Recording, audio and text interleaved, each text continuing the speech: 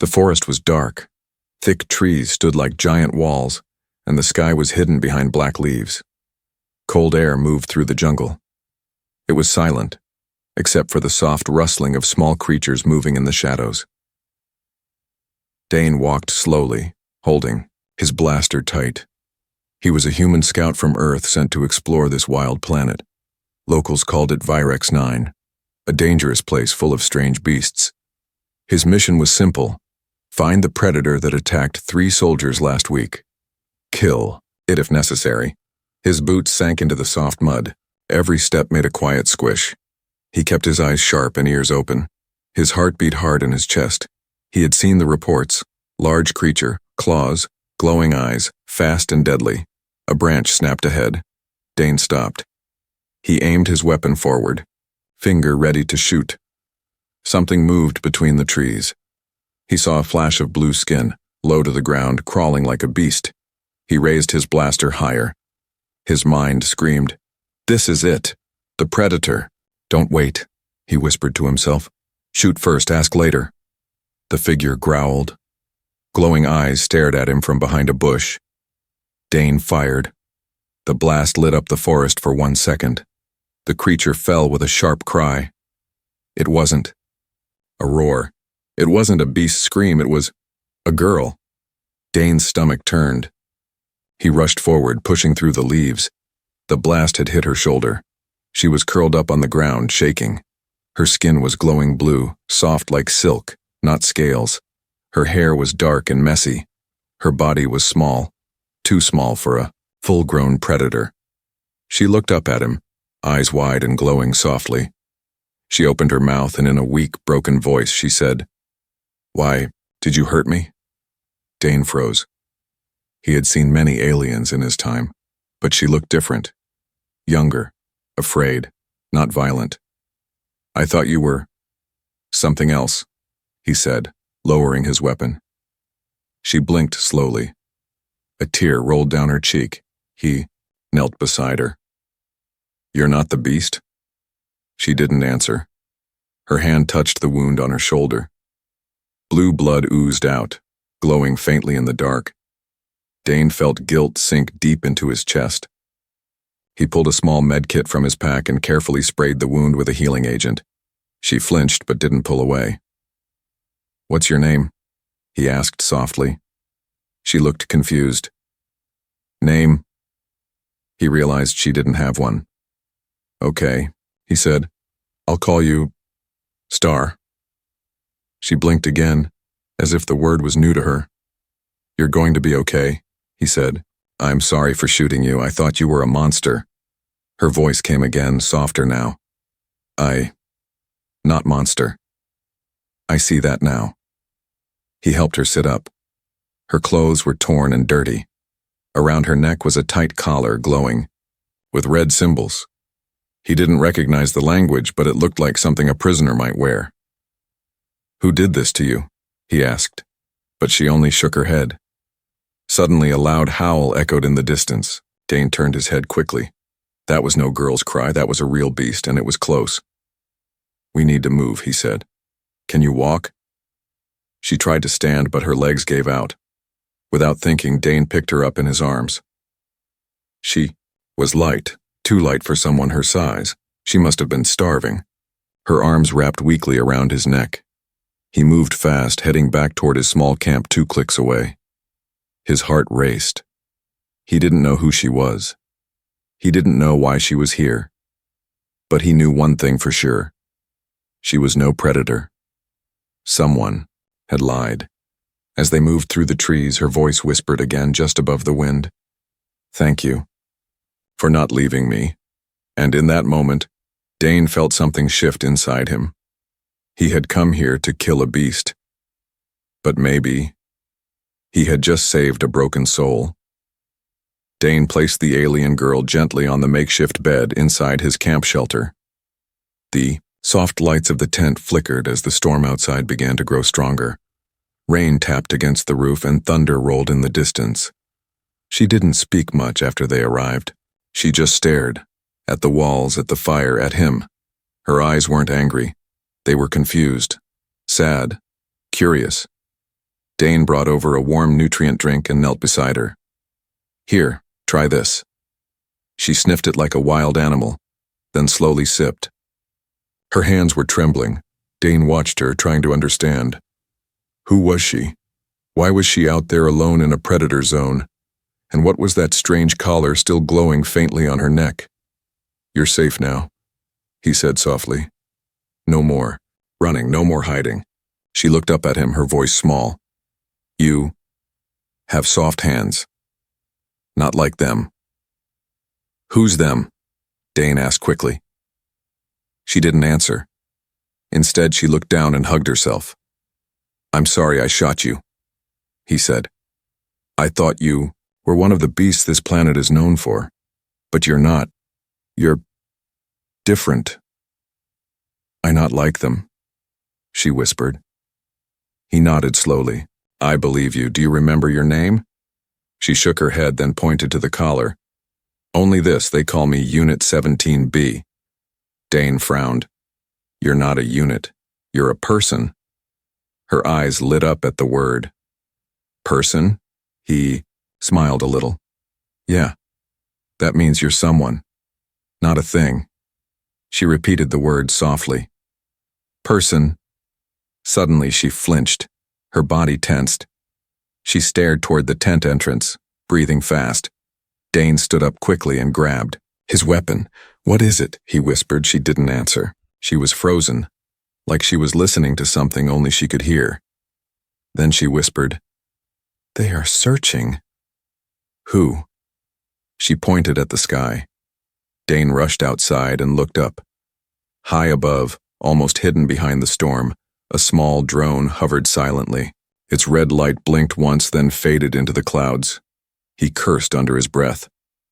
They're tracking her, he muttered, which means they're close. Back inside, the girl looked terrified.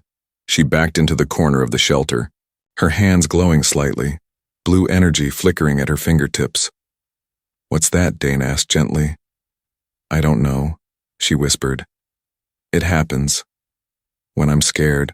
Dane stared at her hands. That wasn't tech, that was something biological, something built into her. Did they do something to you? He asked. She looked down. They said I was made wrong. They hurt me, locked me in a cold place. Said I was a mistake. Dane felt anger rising in his chest. You're not a mistake. She looked at him again, this time with tears in her glowing eyes. Why do you care? She asked. He paused. The question hit deeper than he expected. Because no one deserves to be thrown away, he said. Especially someone who's still breathing, still fighting, still hoping. She blinked. You think I'm worth something? He nodded. More than those bastards who tried to erase you. She didn't know what bastards meant, but she smiled softly anyway. Then something unexpected happened.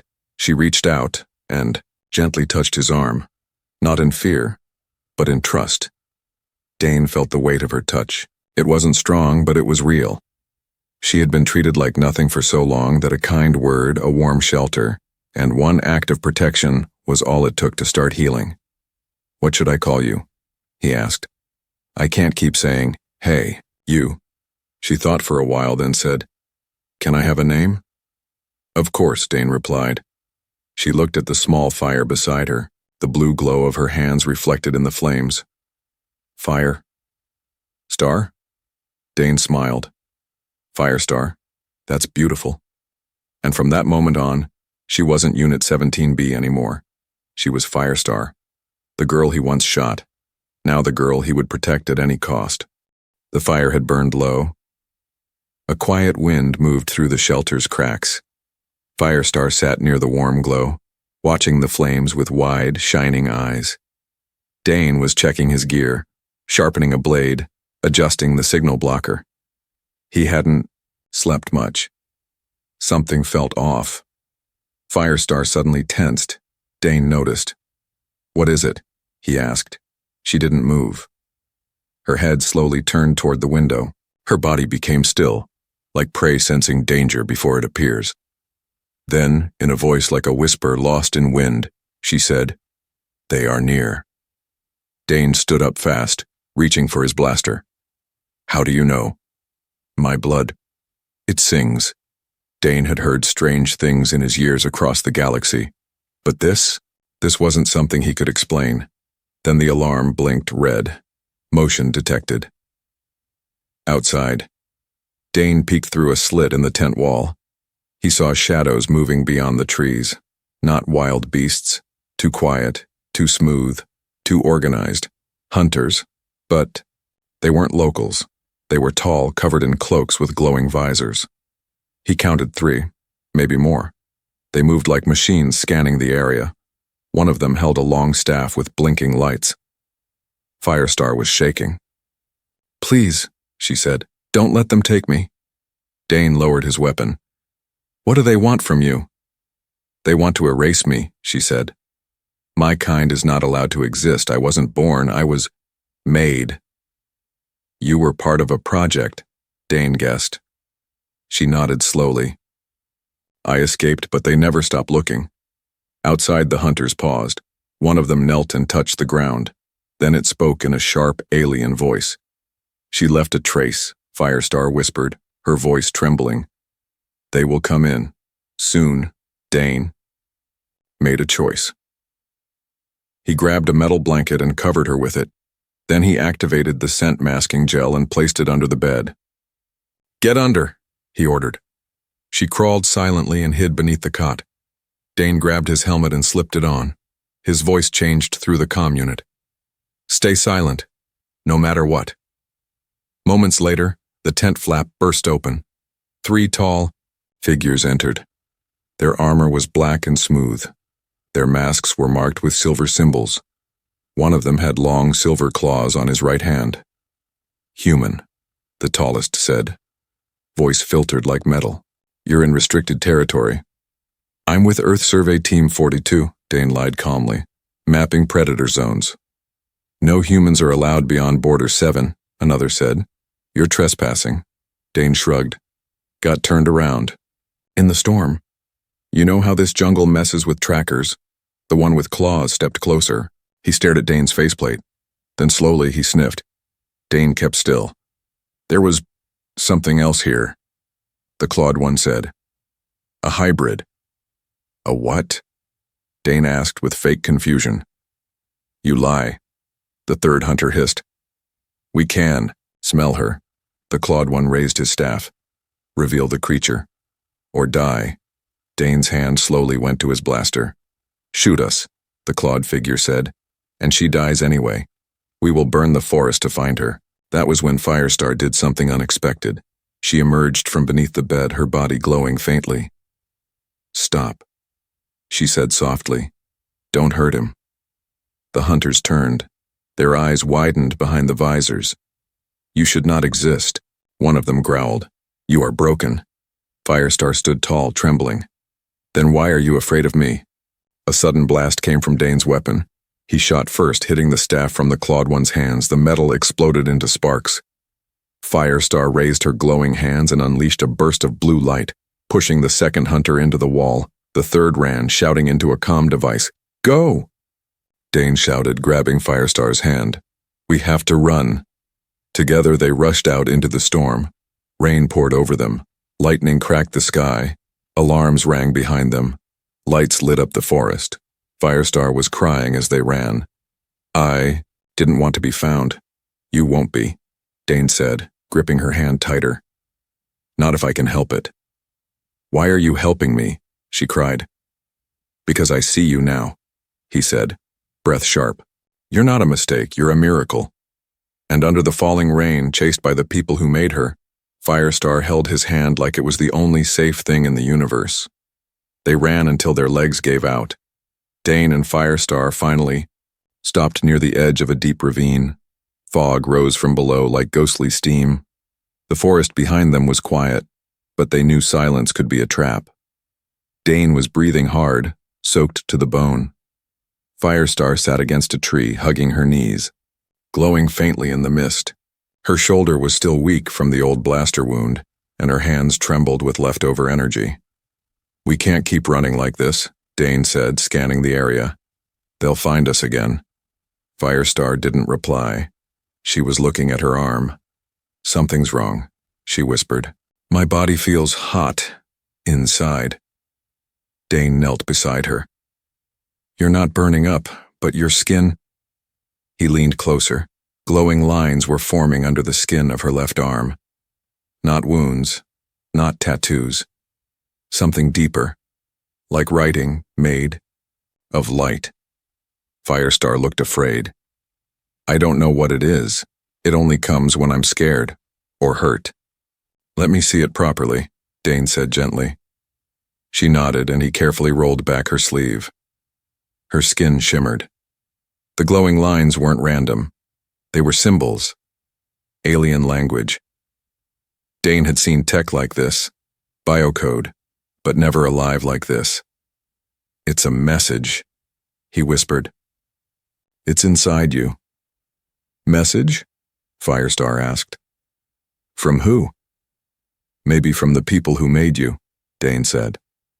"Or maybe from you." She frowned. "I don't understand."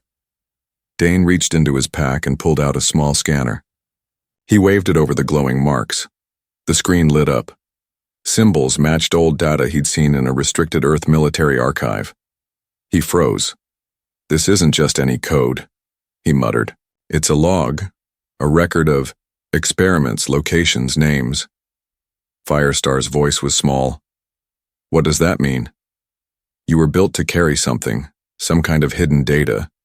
Maybe they made you for this reason only, to hold this inside you." She looked down at her arm, horrified. "I'm not even real." "You are real," Dane said firmly. "You feel, you think, you choose."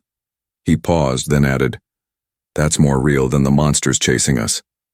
Suddenly, a quiet sound crackled from the scanner, an audio file. Dane pressed play. A woman's voice came through, soft and frightened. "This is Dr. Lyra Tenma. Project Beastkin has gone too far. They created life, only to destroy it. This girl is not a failure. She's proof that we went too far. I'm placing the entire record inside her genetic shell. If you find this, protect her. She's the last." Firestar's lips trembled. "I knew a voice in my sleep. That one. I think she sang to me." Dane's hands tightened into fists.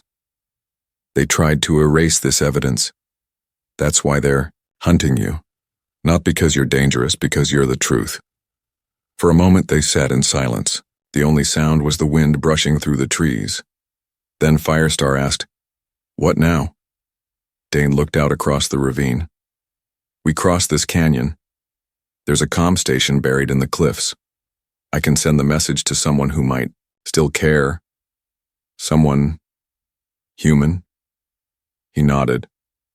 "My old commander. She believed in protecting life, not controlling it." Firestar's face softened. "You're not like them either." "Who?" Dane asked. "Humans. I thought you were all hunters." "I'm just a man trying to fix a mistake," he said. She looked down. "I'm the mistake."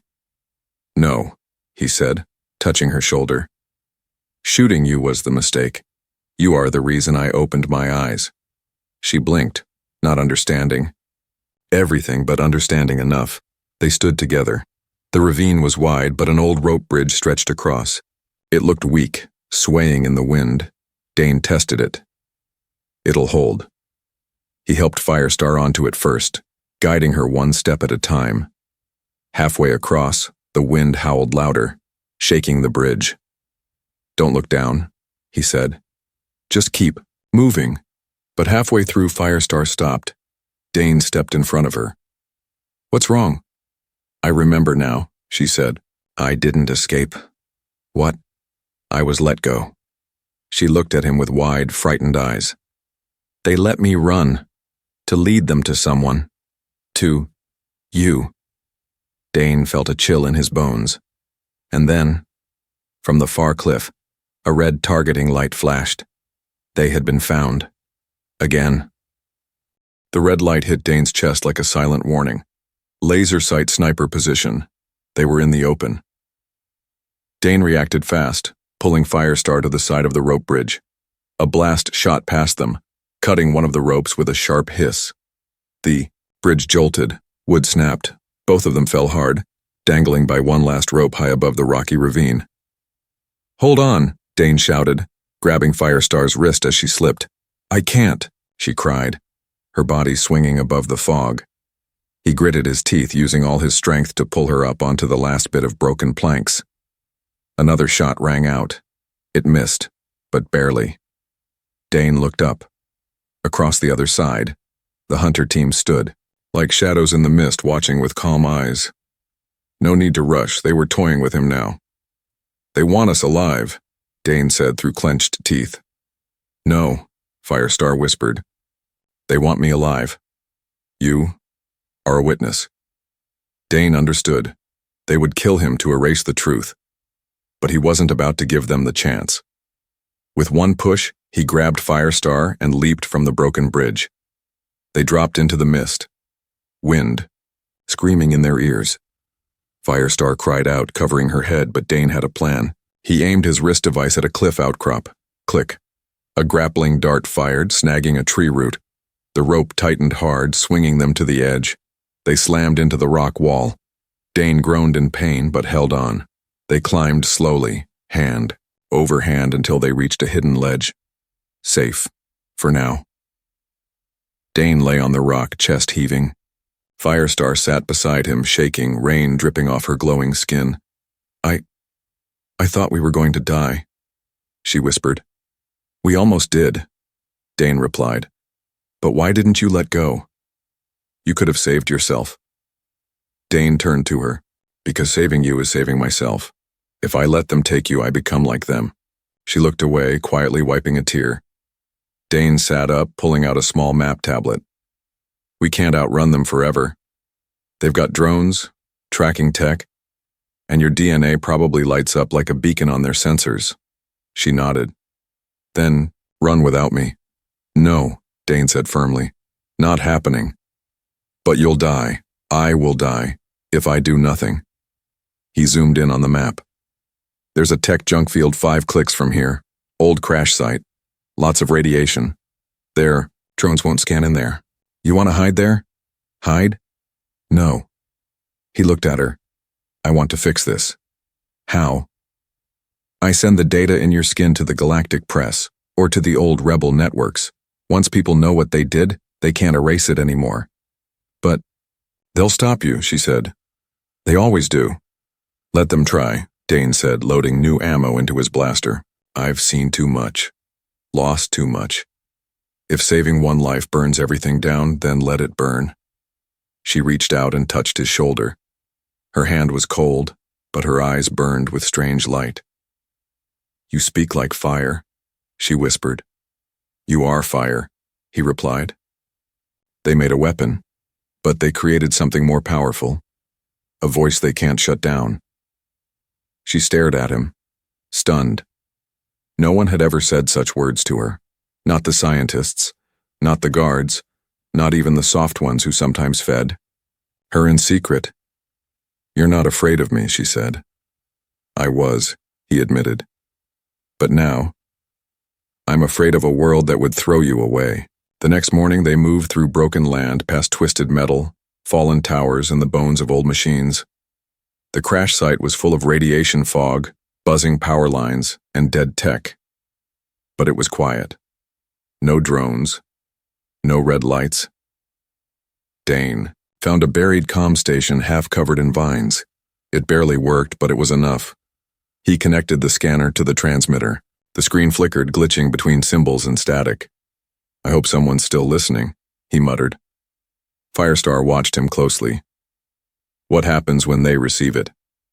"Either they come to help," Dane said, "or they come to kill us faster." She didn't flinch. "Then I stay," she said. "If I run, others like me stay hidden forever." "You're brave," Dane said. "No," she whispered. "But I have someone brave beside me." The message uploaded. Transmission complete. Somewhere out there, someone knew the truth now. They sat quietly for a moment. Then a new sound came through the comm. Unknown signal received. Stand by. Dane looked at Firestar. She smiled for the first time. I think someone heard me. The signal came back in broken bursts. Repeat. Identity confirmed. Message received. Extraction denied. They're coming. Dane stared at the comm screen as the words cracked through. The static, his heart sank. We got through, but not fast enough, he muttered. Firestar stood behind him, her hands glowing faintly. They're not going to help? They can't, Dane said. Whoever answered, they're blocked, jammed, probably being watched too. They always watch, she said softly. That's how it started. Dane turned to her. What do you mean? She didn't speak at first. Her eyes grew distant, like she was remembering something too heavy to hold. Finally, she said, they called it the Beast Project. They wanted to make a living weapon, something fast, smart, deadly, something that could kill without orders. You were part of it, Dane said gently. She nodded. I wasn't supposed to speak, she continued. They didn't teach us words, only how to obey pain. The ones who did not learn vanished. Dane clenched his fists. How many were there? Many. But when I started crying in my sleep, they said I was broken. I felt too much. I wouldn't fight. So they called you a failure. She looked at him. They used to say I was too human, like that was a sickness. Dane's chest tightened. That wasn't a sickness, that was your soul. Firestar touched her collar. One day, the scientist who made me, Lyra Tenma, took me out of the cell. She held me and whispered something in my ear. What did she say? Dane asked. She said, I gave you a piece of my heart. Hide it. The galaxy doesn't deserve you yet. Then, she helped me escape. Dane was silent. For a long moment, all he could hear was the faint hum of dead machines and the soft wind outside. Then they killed her. Firestar added, voice, barely above a whisper. Dane shut his eyes. Rage burned in his chest. But also something deeper. A purpose. You carry her last act, he said. And they want to wipe it out. She looked at him, scared. Can you stop them? He stared at the broken comm. No, not alone. But if we survive long enough, your message might spread. People will see. We'll ask questions. Footsteps crunched outside. Both of them froze. Dane grabbed his weapon. Too late. They found us. Firestar stepped forward. We'll fight. No, Dane said. We outsmart them. He grabbed a detonator and shoved it into Firestar's hands. Listen to me. There's a tunnel in the back. Go through the vent shaft. It leads to the southern hills. I'll draw them in here. But no time. You're the evidence. You live. You run. Firestar stared at him, eyes wide with tears. I don't want to leave you. You're not leaving me. You're carrying me forward. She hesitated, then nodded. As Dane moved toward the front entrance with his blaster ready, she whispered, Thank you, Dane, for calling me by a name. He turned once and smiled. You were never just a thing, you're Firestar. She disappeared into the tunnel. Seconds later, the wall exploded. The hunters stormed in, weapons ready. Dane fired, ducked, rolled, and led them deeper into the wreckage. They weren't speaking, just cold, precise, silent. Dane kept backing up, firing again and again. His goal wasn't to win, just to give her time. Meanwhile, Firestar crawled through the vent tunnel. Her skin scraped. Her heart raced. She felt something stir inside her. A memory. No. A choice. She stopped, then turned back. Dane reached the final chamber of the junk field. He was bleeding from a cut on his side. 4 hunters cornered him. The leader raised a glowing blade. You protected a failed prototype, he said. You will be forgotten. Dane smirked through the blood. Not if she makes it out. Suddenly, blue light exploded from above. A figure dropped into the chamber. It was Firestar. Hands glowing like twin stars, she screamed, and the light hit the hunters with a wave of force, throwing them backward. "You won't take him," she shouted. Dane tried to speak, but the light was too bright. Firestar stepped forward, voice calm now. "I am not a failure. I am not a beast." She held out the detonator and clicked it. The floor under the hunters burst open, collapsing them into the old lower chamber, trapping them in fallen debris. Silence returned. She rushed to Dane's side, helping him sit. "I told you to run," he whispered. "I did," she said, "but I chose to come back." Smoke rose from the broken chambers. The fires burned quietly now, casting dancing shadows across the cracked metal walls. Dane sat with his back against a fallen support beam. Blood stained his side, but his eyes were calm. Firestar knelt beside him, her glowing hands pressed gently to the wound. "You're going to be okay," she whispered. "I've heard that before," Dane said with a crooked smile, "but it sounds better coming from you." The silence between them was warm, not like fear, not like pain. It was the silence that comes when two people have already decided, whatever comes next, they face it together. Outside, the wind howled.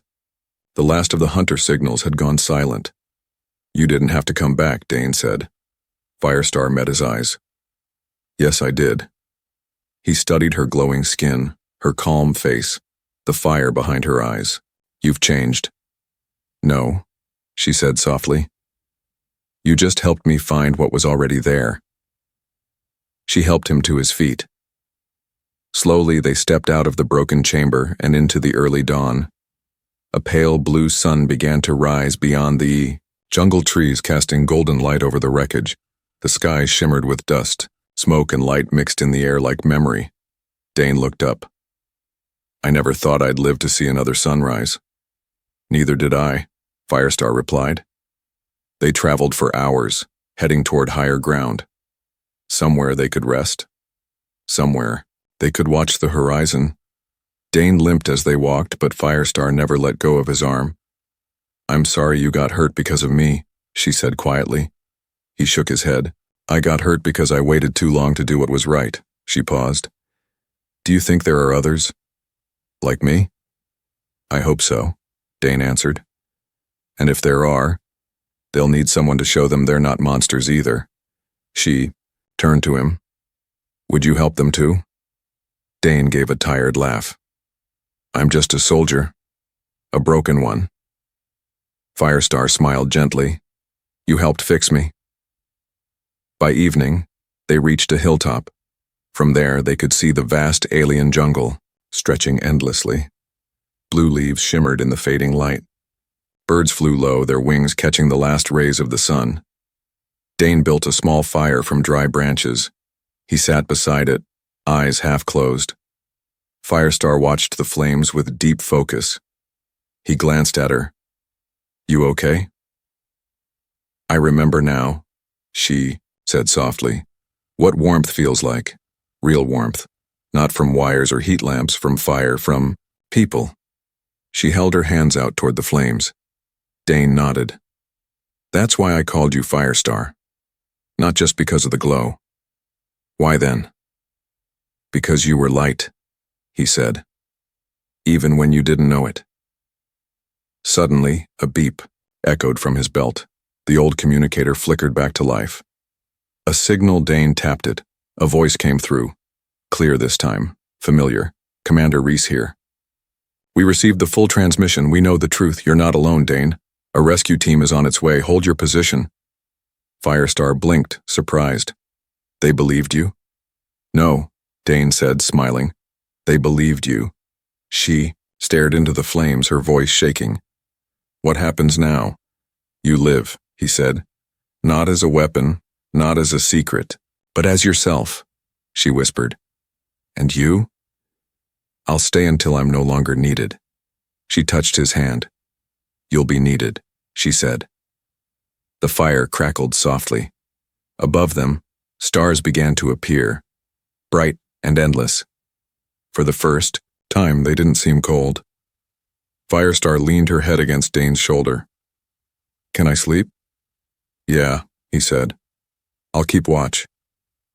Her breathing slowed. She fell asleep in peace, something she had never known before. And Dane sat beside her, one arm around her shoulders, staring at the sky. He had once pulled the trigger, thinking he was ending a threat, but instead he had found a life. Not a beast, not a weapon, but a girl with fire in her soul made to be erased, now choosing to burn brighter than ever.